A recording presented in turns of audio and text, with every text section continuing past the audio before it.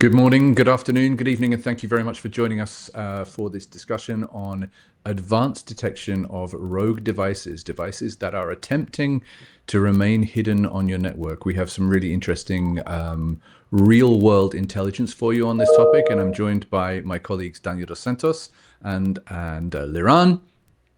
Right there you go. And we're going to talk a little bit about what we encountered, what that meant for the victim of this, I guess, espionage attempt, and how we can counter that kind of threat. So Daniel, do you want to walk us first of all through what we encountered, what was actually happening? Yeah, sure. It's very interesting because when you say rogue devices, that's not entirely new, right? Like people have been talking about and seeing rogue devices for a very long time, and people at this point might be thinking, "Oh, we're talking about rogue devices again." But actually, what we saw earlier this year was something very, very kind of unique and interesting, and an evolution of some of the attacks that happened in the past, right? And actually, a couple of things happened in sort of a quick succession that led us to think a little bit more about rogue devices again. So the main instance was actually at a financial services institution where what happened was that a corporate laptop was, first of all, stolen, removed from a bank branch, and then a rogue router with a 4G or 5G connection was inserted physically in the in that same bank physical location, right? And then that's not in itself like super new, right? That's as you said, people plug even malicious things into existing infrastructure to achieve malicious ends. So there's something specific about what this router looked like, right? Yeah, exactly. So that specifically router in the configuration that the attackers did when physically placing it there, it was configured to not advertise its MAC address when connecting to the switch, right? So basically, you would not see any signal on the network, or actually, you would see some signal. We'll talk about that later on, but you would not see without the right kind of visibility. The signals on the network saying that there is a new device popping up, it's requesting an IP address and so on and so on. That device was actually just used to create a tunnel back to that stolen laptop so that the users could request, the attackers could request access into the network as if, just physically placing a stolen corporate laptop directly on the switch. That's what it looked like from the switch's standpoint, right? So it was. So it's effectively in like a transparent mode, like in a transparent bridging type mode, right? Exactly. Yeah, and then after that, we saw some other attacks, somewhat similar to that, not always using a transparent mode, but somewhat similar, with also well-known pen testing tools that do some of those kinds of tricks on the network, being used for audits and compliance checks and pen tests on financial services institutions as well. So it's something that, as I said, in quick succession, we saw a very real example, and then pen testers and others capturing that and using similar types of attempts in other organizations. So that sounds, on the face of it, pretty, I don't know about complex, but certainly non-trivial to detect, Liran. So how do we go about seeing that kind of stuff? Yeah, so just want to expand a little bit about what Daniel said earlier, is that, as we all know, hackers are always a step ahead of us, trying to be a step ahead of us. So the transparency nature of things was something that we need to take an action of. So with Forescout, visibility into the infrastructure and our integration with the infrastructure, the security, the switches, the routers can provide us that information that, hey, we found a device that doesn't have a MAC address. Now, so the hacker even took a step further and mimic one of the switches' MAC address. So MAC address spoofing. Yeah. So what we are learning is that they are trying to find ways and hole in the visibility, in the blind spot of a network visibility. And it applies to even a fully network access control deployed with 802.1x and authentication.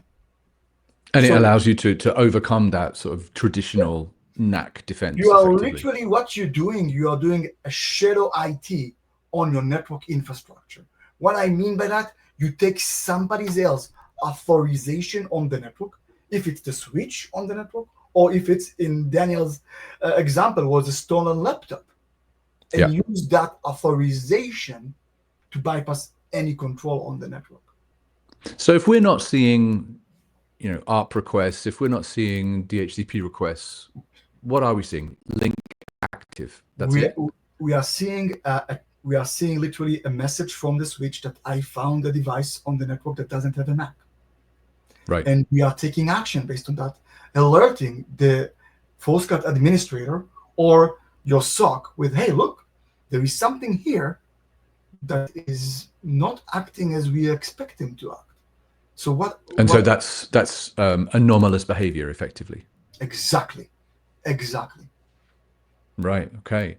So thinking about it, it's not that there are parallels to this as well, right? I mean, Daniel, if we think about, I know there's been 5G modems components found in Chinese manufactured devices that were not in the bill of materials, not in the manifest for that device, that were installed on cranes in ports, for example. And there are other examples as well, right? This is not an isolated incident. It's more part of an ongoing trend that has historically been more associated with APT threat actors or with state-driven threat actors, right? Yeah. That's an interesting question, because actually most of the original case that I mentioned was definitely a cyber criminal case, right? They were trying to get access to the bank's network to probably do some operations that would not be authorized otherwise, and similar cyber criminal activity has been spotted and discussed in other parts of the world as well. But yes, this is not only a cyber criminal issue. This is an issue also used for espionage, also used for potential disruption, prepositioning into specific networks that will allow you later on to, sabotage or disrupt that network, right? So obvious previous examples that people might have heard are the Raspberry Pi found on NASA's JPL's network in 2008, exactly. right? Yeah, which was used for data exfiltration and for very likely espionage, right? There are not so many public details about that, but very likely it was used for espionage. And then there are all the cases that have been happening much more recently that you discussed, Rik, of reported extra components, let's put it this way. bonus components in your right. in get this one critical for free. Right? Yeah, and in things like cranes, like shipping cranes in ports, things like battery energy systems and solar inverters and so on in the power grid. So those things are very, very critical, and the fact that there are devices there that you might not have the right level of visibility on, that you might not know about their presence, that they may allow attackers to connect directly to those devices without even going through your regular wired infrastructure, right? That is definitely very problematic. So it's definitely not something that it's cyber criminal activity only. It's only for financial gain. It can be much more damaging than that in critical infrastructure. Yeah, in general, I think, like as a historical trend, what we tend to see is that the more sophisticated attack methodologies start with state-driven actors, right? State-directed, state-aligned, whatever it might be, and that tends to trickle down over time into more run-of-the-mill, let's call it, financially motivated cybercrime, or even hacktivism, I think, to a certain degree. Is that the kind of thing you expect to see? Do you expect to see this becoming more common over time? I do expect that it will become more common. It's interesting that you mentioned hacktivists. We've been doing a lot of work on hacktivists recently, even together, right?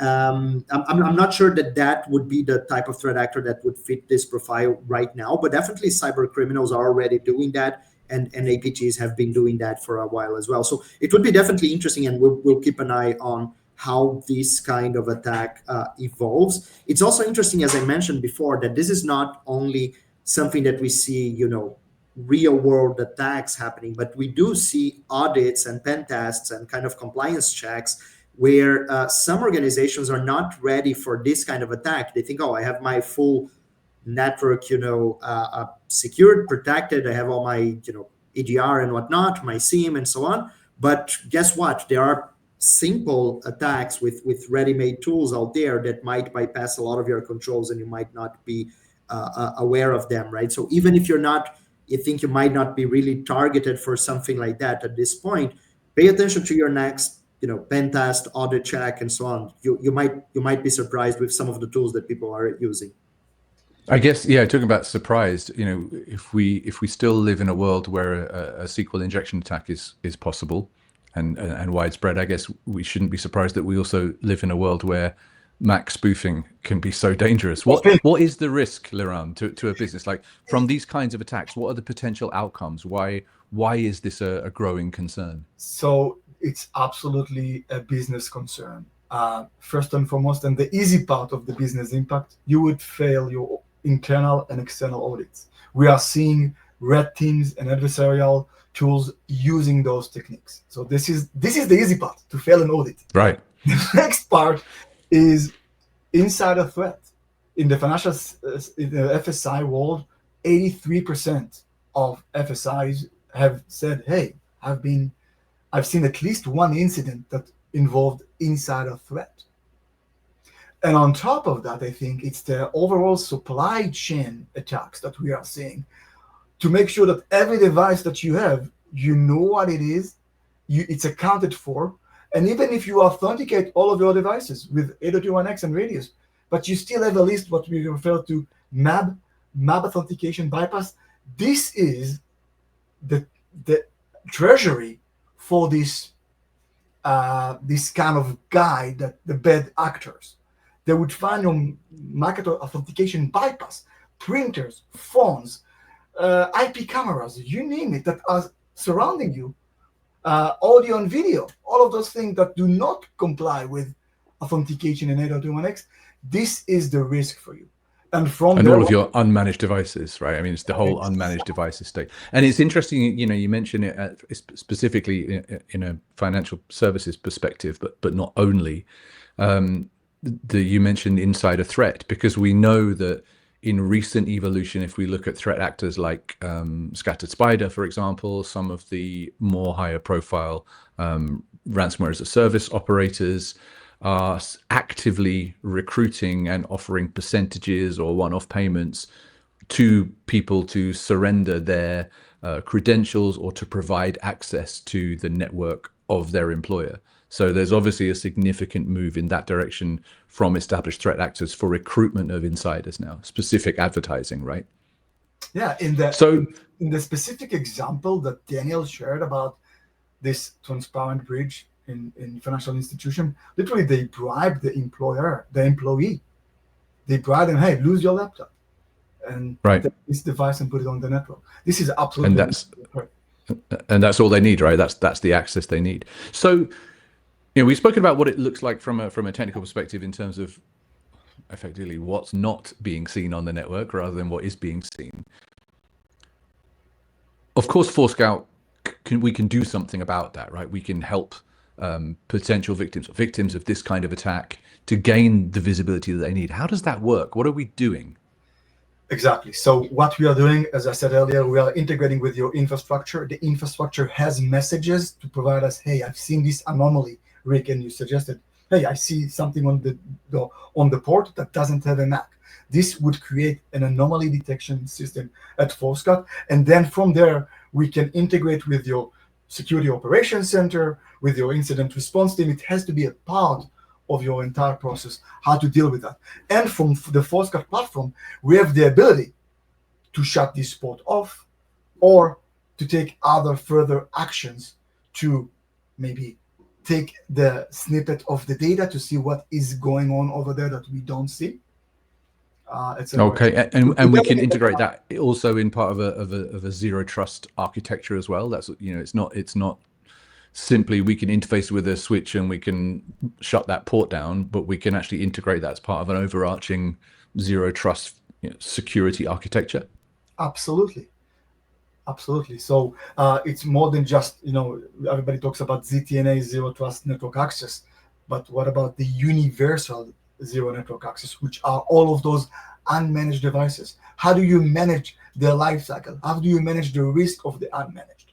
How do you manage the risk associated with your MAC authentication bypass? This is all a part of your zero trust architecture paradigm or program. Fantastic. You know, the longer I work in this industry, the more I think to myself, there's nothing new, just forgotten. And it seems to be that every time we take our eye off of one thing to focus on the new emerging technique, threat, whatever it might be, then something is brought back from the dead and resurrected as a threat vector. And this seems to be one of those things, right? Absolutely. Absolutely. No, for sure, and it's. I think that's probably an interesting message to leave people with, right? It's like you can invest in the new shiny detection tool for something very, process injection, whatever malware out there, but then if you're not detecting this kind of thing inserted physically in your network, you have a big blind spot out there, right? So I think that's a very interesting message, Rik. It's like, don't just pay attention to what's shiny and new and AI enabled and all that. Pay attention to the basics and the old stuff as well. Yeah, I do agree, and I think that AI would just make it easier for those bad actors. Yeah, when we talk about full automation orchestration of the attack chain, not just the defense chain, I think we're entering into new territory right now at this very moment. It's been fascinating. Thanks very much, both of you, for taking the time to chat with me about this. If you want to find out more about the research work that we do at Videri Labs in Forescout, then obviously head over to forescout.com/research. You'll find plenty of white papers, blogs, and constantly updated material there. If you're interested in finding more about how we face up to these kinds of threats and the solutions that we offer with the Forescout 4D platform, then of course head on over to forescout.com. You'll find plenty of information about the solutions, the platform, and also a bunch of self-guided demos where you can dig deeper into these kinds of protection techniques. Once again, thank you very much for joining us. Thank you, Daniel. Thank you, Liran. And we'll speak to you again soon. Bye-bye.